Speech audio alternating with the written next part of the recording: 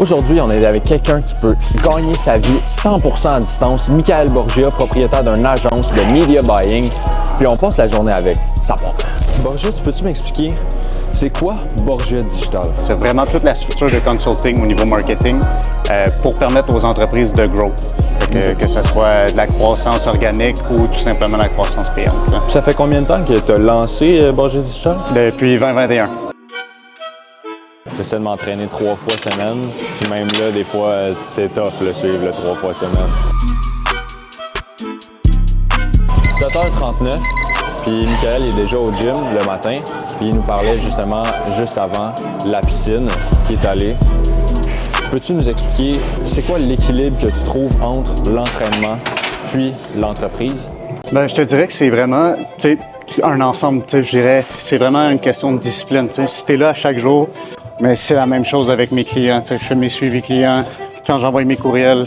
C'est de donner un petit peu à chaque jour. C'est un petit peu la même chose avec le gym. Le pay training que tu n'as jamais eu, c'est lui que tu n'as jamais fait. C'est un petit peu la même chose au niveau de la production en tant qu'entrepreneur. Je te dirais, des fois on n'a pas envie, ça nous tente pas. Tu es dans ton lit, t'as chaud, t'as pas envie de mettre aux frettes, aller courir à 5 h du matin, mais faut que tu le fasses. Puis c'est la même affaire en entreprise. T'as des employés à backer, t'as une business à grossir. Si ta mission est là, c'est là que tu veux aller. On s'en va déjeuner, histoire de poser quelques petites questions, puis prendre le temps de s'asseoir, manger sur un repas, puis être prêt à performer par la suite dans la journée. On est go! Ouais, ben en fait, moi, principalement de où que je passe, c'est vraiment plus du domaine du fitness ou quoi que ce soit. T'sais. Au début, j'étais parti étudier en kin. Je voyais bien que ma place n'était pas là-dedans. Puis, après, j'ai voulu vraiment plus lancer ma business qui était peut-être dans le domaine du fitness, etc. Puis je me suis trouvé une job justement dans les suppléments naturels. Fait que là, rapidement, je suis rentré là, on a fait monter la business, etc. J'ai eu une promotion comme étant directeur stratégie digitale. Puis c'est là que j'ai vraiment vu tout l'envers du décor au niveau marketing, tout ce qui est les structures au niveau organique, tous les domaines de marketing, que ce soit les mailing, etc. Par la suite, je suis rentré pour une autre compagnie qui est un leader au Canada. Puis là, justement, là, c'était comme une autre structure qui est vraiment... Une coche au-dessus. Vraiment au-dessus. Je pense qu'on avait comme 2,5 millions en ads par mois. Plus que juste les médias traditionnels que le monde connaisse. On a de la programmatique. C'est comme maintenant tu vas sur le site de Ricardo, tu as 3-4 pubs. Là. Ben, ça, c'est toutes des pubs qui sont extrêmement ciblées pour ton profil d'acheteur. J'ai pu goûter à tout ça. Puis en travaillant là-bas, ben, je me suis rendu compte qu'il y avait vraiment comme une asymétrie de l'information entre le domaine du IT, fait que tout ce qui est le développement web, puis le marketing. Au niveau marketing, il faut que ça communique avec le côté IT. C'est deux, l'un dans l'autre. Tout ce qui était e-commerce, ça a toujours été ma force. Nous-mêmes, chez 40, je vais faire une plug rapide, on utilise les services de Michael Borgia, qui est de Borgia Digital. Puis sincèrement, on est 100% satisfait juste à cause de son éthique de travail, les résultats aussi apportés. On voit aussi que c'est quelqu'un avec une certaine expérience derrière tout ça. C'est pas la Next Agency qui va te promettre 1 million de views puis qui va te donner 0$ en retour. Donc, tu sais, c'est pas l'agence typique. Fait que c'est pour ça aujourd'hui qu'on fait une journée avec Borgia Digital parce que je pense que les jeunes ont à apprendre de quelqu'un qui est performant dans ce domaine-là. C'est un domaine qui change très rapidement.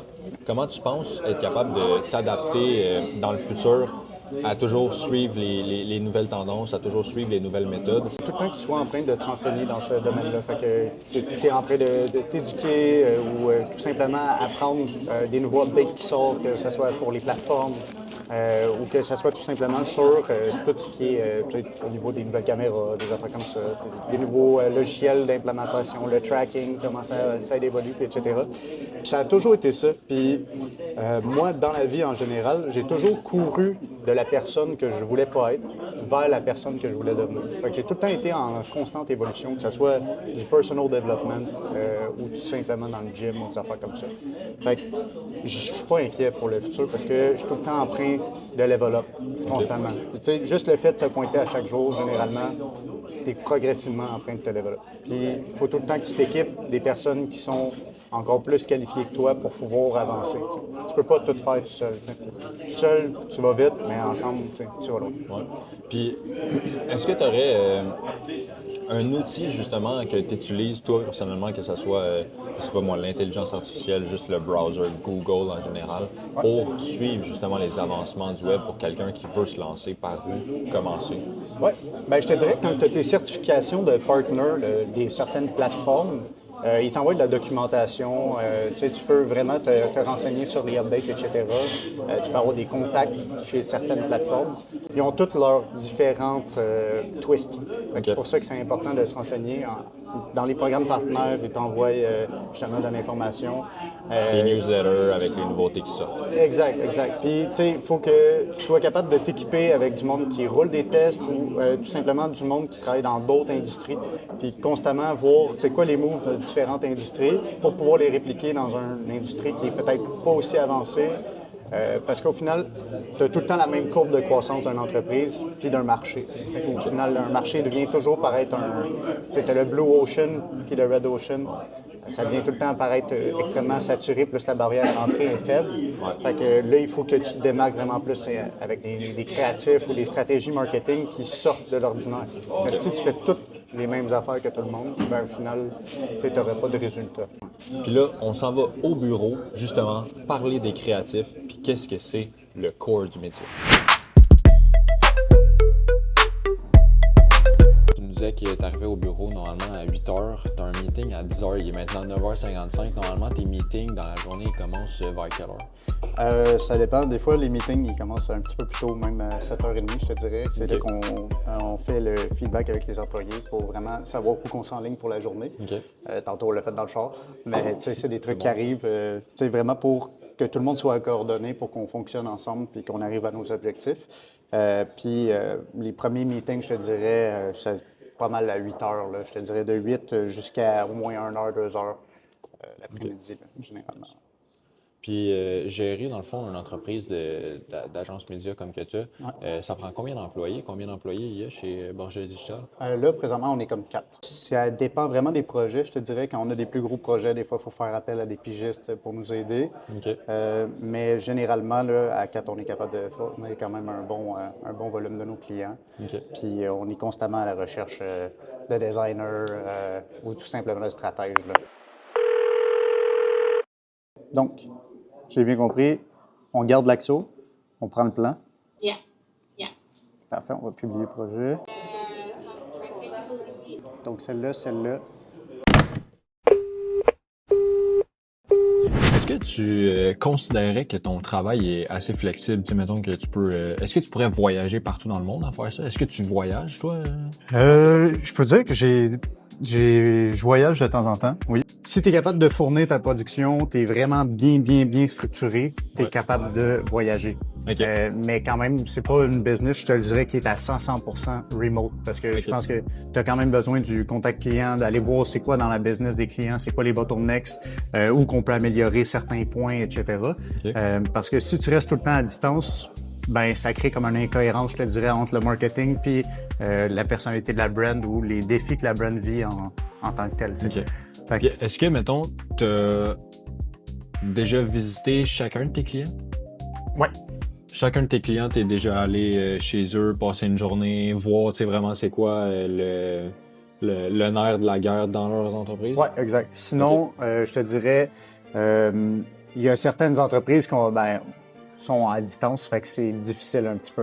Je n'irai pas en Guadeloupe pour aller juste voir comment que ça se passe. Là. Généralement, on prend le pace, fait qu'on se fait comme un call avec le client, puis on va vraiment poser ces questions-là, parce que si ça se fait pas, ben on n'a aucune idée de c'est quoi la structure qu'on a dans le background. Fait que je te dirais, c'est quand même à prioriser. Il faut que tu aies cette relation-là avec le client, veux pas, parce que ce qu'on fait, c'est humain. Est-ce que tu te sens plus libre maintenant ou avant, malgré la charge d'une entreprise?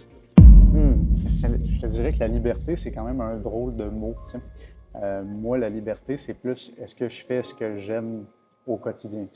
C'est pas une question de est-ce que je peux aller faire comme je peux aller m'entraîner, est-ce que je peux aller magasiner à moitié de la journée ou aller voir ma famille ou des affaires de même. Moi, c'est plus la liberté que j'ai de travailler avec du monde que j'aime travailler, d'être capable de travailler juste dans les industries vraiment qui me passionnent. Pour l'auditeur qui regarde, c'est quoi la plus grosse erreur que tu as faite depuis le lancement de ton entreprise? Je pense, je te dirais, il y a beaucoup de formations en ligne, là. Surtout en général, que tu achètes la formation, puis la formation te vend comment vendre des formations. OK. Ça, c'est souvent des belles erreurs que tu peux faire. OK. On a eu quelques conférences aussi où que, tu sais, faut Ouais. tu sais, apprendre à la légère, je te dirais. Je pense que dans la vie en général, tu n'as pas le choix de te péter la gueule pour pouvoir te relever. Fait que, Ouais. tu sais, j'ai fait mes erreurs en début de parcours, je te dirais. C'est quoi, mettons, le plus gros montant ou la plus grosse? Je te que t'as dirais, fait depuis le début? la plus grosse erreur qu'on a faite, c'est qu'on a essayé de lancer un marché qui était trop tôt, trop rapidement. OK. Fait que je pourrais te dire, on a essayé de lancer un produit aux États-Unis avec une campagne pub, puis finalement, ça a donné, je te dirais, moindre résultat. Là. C'était peut-être une campagne publicitaire à 25 000, on en a peut-être retiré 5 000. OK. Fait que Fait qu'il y a une 20 000 perte de dans le 20 pit. 000, là, Je peux te dire que là, ça, c'était rough. Ouais. Ouais. OK. Pas sûr que le patron il serait fier de ça. Non, non, effectivement. Est-ce que tu te vois un jour gérer une grosse équipe au sein de Borgia Digital? Il faut vraiment avoir une qualité de service. Moi, ça a toujours été mon motto dans la vie. Ouais. Fait que, on essaie de toujours produire de la qualité. Puis quand on voit que le volume est un petit peu trop gros, bien, on n'a pas peur de ne plus prendre de clients pour 2-3 mois, puis restructurer nos affaires pour après pouvoir prendre plus de clients. Fait que ça serait dans le futur avec Borgia Digital d'avoir un bon juste milieu entre autant une grosse équipe, mais toujours avec un service aussi performant puis hands-on avec les clients. Exact. Ouais. Si on prend en considération que tu as quand même une entreprise qui grossit rapidement, juste l'année prochaine, tu te vois où avec Borgia Digital? Ça va être de monter les systèmes qui sont, comment je pourrais dire, plus malléables pour chacune des entreprises. On va peut-être se focusser sur certaines industries de façon à pouvoir générer plus de croissance. On sait un petit peu comment répéter certains systèmes ou comment l'adapter à certaines industries, puis de le fitter à chacune des brands. Le but, ça va vraiment être de s'accorder à la demande, puis de pouvoir justement aider les entreprises à croître davantage. Dans le fond, là, tu viens de finir ton appel. Ouais. J'avais une petite question pour toi. C'est quoi ta plus grande fierté, ton plus grand accomplissement que tu as fait avec Borgia Digital? Je te dirais que c'est vraiment toutes les relations que tu développes au fur et à mesure que tu es en affaires ou quoi que ce soit. La valeur que tu peux aller chercher pour les entreprises, les résultats, voir qu'est-ce que les résultats apportent, mettons, chez ton client. OK. Et dans le fond, la valeur ajoutée que tu es capable d'amener sur la table. Exact. Veux-tu me montrer un projet typique que tu ferais pour un de tes clients, comme ça? Des campagnes comme celle-ci ou qu'on va juste... Donc, celle-là ici, c'est qu'est-ce que quelqu'un se ferait envoyer par un courriel de masse? Chez Foki. Fait ici, on va avoir la comparaison entre deux modèles de chandail, puis le pourquoi on choisit certains types de chandail. OK. Puis ça va faire en sorte qu'au niveau du client, il peut s'informer sur nos produits sans nécessairement push de la vente tout le temps. Parce que tu vas tout le temps avoir un 3 des clients qui sont prêts à acheter tout de suite, mais tu as 97 qui ne sont pas brand aware. Fait qu'ils ne savent pas nécessairement c'est quoi ta compagnie dans l'industrie ou ils savent c'est quoi ta compagnie, mais ils ne savent pas exactement dans quoi tu te spécialises. Je me demande en fait, est-ce que tu fais d'autres choses que des courriels pour des clients? As-tu un autre projet que tu pourrais nous montrer? On a d'autres sites web qu'on fait pour d'autres compagnies, comme celui-là ici, c'est pour une firme d'architectes. Donc, on fait le tour de display de chacun des projets. On va vraiment aller travailler l'émotion de chacun des projets avec des animations, etc. On va pouvoir utiliser le site web comme étant un portfolio là, pour montrer aux clients c'est quoi qu'on fait comme produit, etc. Puis, dans le fond, il y a un site web aussi que je trouve cool, c'est le tien. Est-ce que tu peux montrer ton site web, le style d'effet que tu fais en général? Celle-là, il est un peu plus poussé sur le média, sur ce qu'on est capable d'aller chercher dans un site web. Tu peux-tu scroller pour voir? Oui, définitivement. Fait, on va y aller vraiment. Tous les sites web qu'on fait ou quoi que ce soit, ça va vraiment être tout animé. Là. Fait qu'on va y aller chercher vraiment le mouvement à travers les infos qu'on veut display. Puis c'est ce qui fait que généralement, ça crée un effet wow. C'est ce qu'on veut pour nos clients. Mais sans trop y aller sur les animations, etc., parce qu'on veut que ça convertisse, basé sur comment on va aller convertir davantage. Comment on peut aller chercher la preuve sociale. On pense à comment que le client est au niveau de son mindset lorsqu'il défile sur notre site web, plus que juste un site web qui est affiché ou qu'un template qui est démontré par d'autres personnes. Et l'intelligence artificielle, justement, tant qu'à frôler le sujet, est-ce que tu l'utilises à tous les jours, sûrement, dans ton domaine? Ouais. C'est dans quoi que tu vas l'utiliser spécifiquement? Exact. L'intelligence artificielle, on l'utilise principalement pour montrer des flows pour nos clients. Que ce soit pour sauver du temps, que ce soit pour automatiser le feedback ou le suivi client.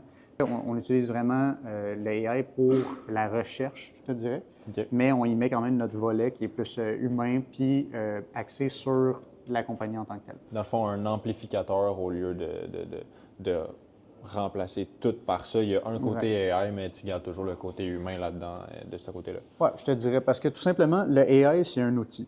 Ça ne va pas nécessairement remplacer certaines professions, mais ça va faire en sorte que quelqu'un qui pouvait fournir un certain volume va pouvoir en fournir plus davantage ou faire des opérations qui sont de plus en plus poussées. Pour le Facebook Ads, est-ce que tu considères que c'est une de tes spécialités? Oui, à la base, moi, ça a toujours été le paid. Fait que j'ai toujours été quelqu'un qui est spécialisé en paid. Fait que tout ce que je fais, que ce soit du design, que ce soit du email ou quoi que ce soit, l'objectif est tout le temps le même, c'est le but d'amener plus de conversion. Moindrement que quelqu'un rentre dans la structure, on se le fait dire, là. C'est vraiment, on attaque avec une grosse fréquence, puis on attaque sur toutes les plateformes. On va vraiment, la personne va nous voir, elle va nous entendre partout où elle va. Puis quand elle va tomber sur le site, elle va tomber directement sur la bonne page, puis elle va tomber dans le tunnel de vente, puis ensuite on va la convertir. Puis au niveau des emails, là, on va upsell la personne. On bâtit un dialogue client. Au lieu de juste faire un monologue où on parle de ce qu'on fait, on va vraiment aller travailler un dialogue. Ce qui va faire qu'on va avoir des échanges avec nos clients, puis on va savoir comment on s'améliore, on va poser du feedback en story, on va améliorer le service en tant que tel. Donc, Michael Borgia nous a laissé passer une journée avec lui. Mick, merci beaucoup de t'avoir prêté au jeu. Ça fait plaisir, mon Mike. Sur ce, je t'invite à t'abonner, à cocher la petite cloche pour les notifications, puis laisse-moi savoir en commentaire quel entrepreneur t'aimerais que j'interviewe prochainement.